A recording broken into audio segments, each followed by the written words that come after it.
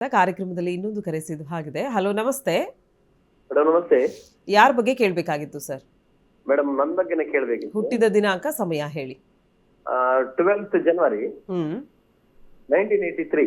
Okay, ಸಮಯ madam 11:59. 11 ರಾತ್ರಿ 11:59 ರಾತ್ರಿ. ಯಾವ ಊರಲ್ಲಿ ಹುಟ್ಟಿರೋದು? ಮಂಗಳೂರು. ಯಾವ ವಿಚಾರದ ಬಗ್ಗೆ ಕೇಳಬೇಕಾಗಿತ್ತು? ಉದ್ಯೋಗ, ಮನೆ, ಮತ್ತೆ ಇಲ್ಲಿವರೆಗೆ ಸ್ವಲ್ಪ ಲಾಸ್ ಆಯ್ತು. ಓಕೆ, ಉದ್ಯೋಗದ ಬಗ್ಗೆ ಕೇಳಬೇಕಾಗಿತ್ತಲ್ವಾ? ಗುರುಜಿ ಒಟ್ಟಿಗೆ ಮಾತಾಡಿ. ಉದ್ಯೋಗ ಅಂದ್ರೆ ವ್ಯಾಪಾರ. ಸರ್ ನಮಸ್ಕಾರ. ಸರ್ ನಮಸ್ತೆ ಸರ್. ಸದ್ಯಕ್ಕೆ 2019 ಆದಮೇಲೆ ಮಂಗಳ ದಶ ಪ್ರಾರಂಭವಾಗಿದೆ. ದಶಾ ಮೇಲೇ ನಿಂತಿರೋದು ಜೀವನ. ಇಲ್ಲಿ ಭಾಳಷ್ಟು ಜನ ಬೇರೆ ಥರ ತಗೊಳ್ತಾರೆ. ಇಲ್ಲಿ ಯಾವ ಗ್ರಹ ಏನು ಸಮಸ್ಯೆ, 6ನೇ ಮನೆ ವ್ಯಯಭಾವದಲ್ಲಿ ಹಂಗಿದೆ, ಅದು ಇದೆ, ರಾಹು ಕೇತುಗಳಿದೆ, 10ನೇ ಮನೆ ರಾಹು ಇದೆ, ರಾಹು ಸಮಸ್ಯೆ, ಇವೆಲ್ಲ ಸಾಮಾನ್ಯವಾಗಿ ಪ್ರತಿಯೊಬ್ಬರು ಕೂಡ ಹೇಳ್ತಕ್ಕಂಥದ್ದು. ಸ್ವಲ್ಪ ಶಿಫ್ಟ್ ಮಾಡಿದ್ರೆ, ಒಂಚೂರು ಮೇಲೆ ಶಿಫ್ಟ್ ಮಾಡಿದ್ರೆ ಕರೆಕ್ಟಾಗಿ ಗೊತ್ತಾಗುತ್ತೆ. ಸೊ ಹಾಗೆ ಜ್ಯೋತಿಷ್ಯ ಶಾಸ್ತ್ರದಲ್ಲಿ ಇಲ್ಲಿರೋ ಗ್ರಹಗಳನ್ನ ನೋಡಬಾರ್ದು. ಎಲ್ಲರಿಗೂ ಎಕ್ಸ್ಪ್ಲೇನ್ ಯಾಕೆ ಮಾಡ್ತಾ ಇದ್ದೀನಿ ಅಂದರೆ, ನಮ್ಮ ಕ್ಲಾಸಸ್ ಬಂದು ಜಾಯ್ನ್ ಆದರೆ ಲಾಸ್ ಆಗೋದು ಎಲ್ಲ ತಿಳ್ಕೊಬೋದು. 2ನೇ ಮನೇಲಿ ಇವನಿದ್ದಾನೆ, ಅವನಿದ್ದಾನೆ, ಇವನಿದ್ದಾನೆ, ಇವೆಲ್ಲ ಕಾಂಪೌಂಡ್ರ್ ವಿಚಾರಗಳು. ಪಕ್ಕಾ ಕಾಂಪೌಂಡ್ರು. ನಾನು ಧೈರ್ಯವಾಗಿ ಹೇಳ್ತೀನಿ, 90% ಕರ್ನಾಟಕದಲ್ಲಿ ಜ್ಯೋತಿಷ್ಯ ಸರಿಯಾಗಿ ಕಲ್ತಿಲ್ಲ. ಪರಾಶರ ಯೂಸ್ ಮಾಡ್ತಾರೆ, ಪರಾಶರ ದಶಾಗ್ ಹೋಗಿ ಅಂತಾರೆ, ದಶಾಗ್ ಹೋಗೋದೇ ಇಲ್ಲ ಅವರು. ಪರಾಶರನೇ ಹೇಳೋದು ದಶಾಭುಕ್ತಿ ಮೇಲೆ ನಿಂತಿರೋದು. ಇವೆಲ್ಲವೂ ಕೂಡ 2ನೇ ಮನೇಲಿ ಶನಿ ಇದ್ರೆ ಅದಾಗತ್ತೆ, 3ನೇ ಮನೇಲಿ ಗುರು ಇದ್ರೆ ಇದಾಗತ್ತೆ, ಸೂರ್ಯ ಚಂದ್ರ ಇದು ಅಮಾವಾಸ್ಯದಲ್ಲಿ ಹುಟ್ಟಿರ್ತಕ್ಕಂಥದ್ದು ಅಂತ ಹೇಳ್ಬಿಡ್ತಾರೆ. ಸೂರ್ಯ ಚಂದ್ರ ಜೊತೆಲಿದ್ದಾಗ ಅದೆಲ್ಲ ಹುಟ್ಟಿರ್ಲಿ ಬಿಡಲಿ, ಬಟ್ ಎಷ್ಟನೇ ಮನೇಲಿರುತ್ತೋ ಇಂಪಾರ್ಟೆಂಟು. ಇಲ್ಲಿ ಕೇತು ಇದ್ದಾನೆ, ಅದಕ್ಕೆ ಮನೆ ಸರಿ ಇಲ್ಲ ಅಂತ ಹೇಳ್ತಾರೆ. ಇಲ್ಲಿ ಬುಧ ಶುಕ್ರ ಸರಿ ಇಲ್ಲ ಅಂತಾರೆ, ಮಂಗಳ 6ನೇ ಮನೆ ಸರಿ ಇಲ್ಲ ಅಂತಾರೆ, ರಾಹು 10ನೇ ಮನೆ ವೃತ್ತಿಯನ್ನು ಸರಿ ಮಾಡ್ತಾ ಇಲ್ಲ, ನೀವು ರಾಹು ಶಾಂತಿ ಅಶಾಂತಿ ವಾಂತಿ ಗಿಂತಿ ಎಲ್ಲ ಮಾಡಿ ಅಂತಾರೆ. Completely wrong. ಗೋ ಟು ದಶ. 2019ಇಂದ ಮಂಗಳ ದಶ ನಡೀತಾ ಇದೆ. ಲೆಟ್ ಅಸ್ ಸಿ ಓನ್ಲಿ ಮಂಗಳ ಇನ್ ಜಾಬ್, ಬಿಸ್ನೆಸ್, ಫಿನಾನ್ಸ್. ಮಂಗಳ ಏನು ಹೇಳ್ತಾ ಇದೆ? ಫಸ್ಟು ದಶ ರೆಡ್ ಕೊಟ್ಟಿರ್ತಕ್ಕಂಥ ಹಣ ಬರದೇ ಇರತಕ್ಕಂಥದ್ದು 5ನೇ ಮನೆ. ಸೊ ಇಲ್ಲಿ ಮಂಗಳ ಪ್ರಾಬ್ಲಮ್ ಇವ್ರಿಗೆ. ಮಂಗಳ ಅಂದರೆ ಇಲ್ಲಿ ತೊಗರಿಬೇಳೆ ಫಸ್ಟ್ ದಾನ ಮಾಡಿ. ಹಾಗೆ 4ನೇ ಮನೆ ತೋರಿಸಿರೋದ್ರಿಂದ ನೀವು ಯಾವುದಾದ್ರು ಕನ್ಸ್ಟ್ರಕ್ಷನ್ನು ಅಥವಾ ಈ ಏನಂತಾರೆ ಬಿಲ್ಡಿಂಗು, ಟೀಚಿಂಗು ಮತ್ತು ಟೀಮ್ ವರ್ಕ್ ಮಾಡ್ತಕ್ಕಂಥದ್ದು, ಇಂಥ ಕೆಲಸಗಳನ್ನ ನೀವು ಮಾಡ್ಬೋದು.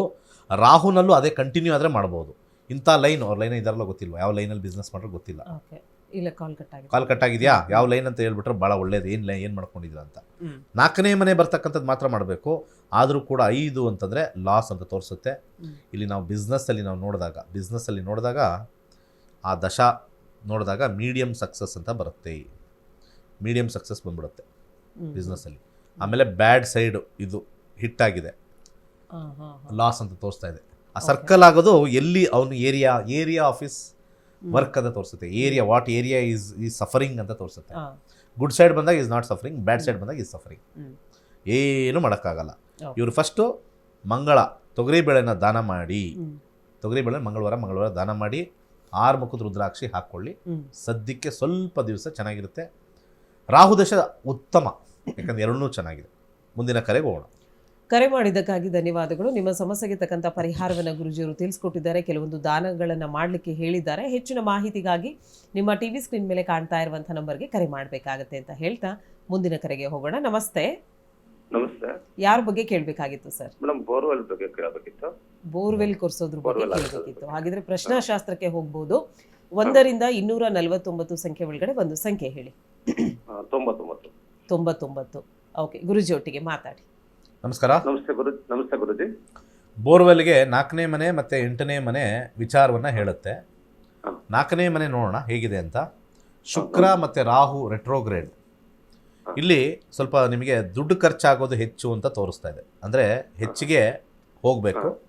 ಅಂದರೆ 12ನೇ ಮನೆ ಅಂತಂದರೆ ಅಲ್ಲಿ ಲಾಸ್ ರೆಡ್ ಅಂತ ತೋರಿಸುತ್ತೆ. ಸ್ಟಾರ್ಟಿಂಗಲ್ಲೇ ಜಾಸ್ತಿ ಕೊರ್ಸಿ ಅಂತ ತೋರಿಸುತ್ತೆ. ಆದರೆ ನಿಮಗೆ ಕಮರ್ಷಿಯಲ್ ಪರ್ಪಸ್ಗೆ ಯೂಸ್ ಮಾಡಿದ್ರೆ ಒಳ್ಳೆಯದು. ಕಮರ್ಷಿಯಲ್ ಅಂತಂದರೆ ಈ ಕ್ರಾಪು ಹ್ಮ್. ಅಥವಾ ಅದನ್ನು ಬೇರೆದಕ್ಕೆ ಕಮರ್ಷಿಯಲಾಗಿ ಯೂಸ್ ಮಾಡೋಕ್ಕೆ ಹೆಲ್ಪ್ ಆಗುತ್ತೆ ಅಂತ ತೋರಿಸ್ತಾ ಇದೆ. ನೀವು ಮನೆ ಕೂರಿಸ್ತಾ ಇದ್ರೆ ಯಾವುದಕ್ಕೆ? ತೋಟಕ್ಕೆ ಅಂದರೆ ಕಮರ್ಷಿಯಲ್, 7ನೇ ಮನೆ ಕಮರ್ಷಿಯಲ್ ಸಕ್ಸಸ್ ಆಗುತ್ತೆ. ಆದರೆ ಜಾಸ್ತಿ ದಿವಸ ಅದು ಬರಲ್ಲ ಅಂತ ರೆಟ್ರೋಗ್ರೇಡ್ ಅಂತ ಬರುತ್ತೆ ನೋಡಿ. 7ನೇ ಮನೆಗೆ ನಿಮ್ಗೆ ಸಕ್ಸಸ್ಸು, ನೀವು ಬೋರ್ ಹಾಕಿಸಿ ಸ್ವಲ್ಪ ತಿಂಗಳುಗಳು ಬರ್ಬೋದು ಅಷ್ಟೇ, ಮತ್ತೆ ಕೊರೆಸ್ಬೇಕಾಗತ್ತೆ ನಿಮಗೆ.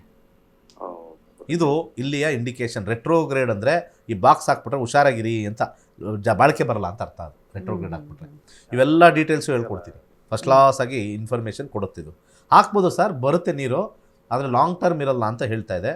12 ಚಂದ್ರ ಬಂದಿರೋದ್ರಿಂದ ಬೋರ್ ಕೊರ್ಸೋಕ್ಕಿಂತ ಮುಂಚೆ ಅಕ್ಕಿಯನ್ನು ಬಡವ್ರಿಗೆ ದಾನ ಮಾಡಿ, ಇದು ಇಂಟೆನ್ಸಿಟಿ ಕಮ್ಮಿ ಆಗುತ್ತೆ.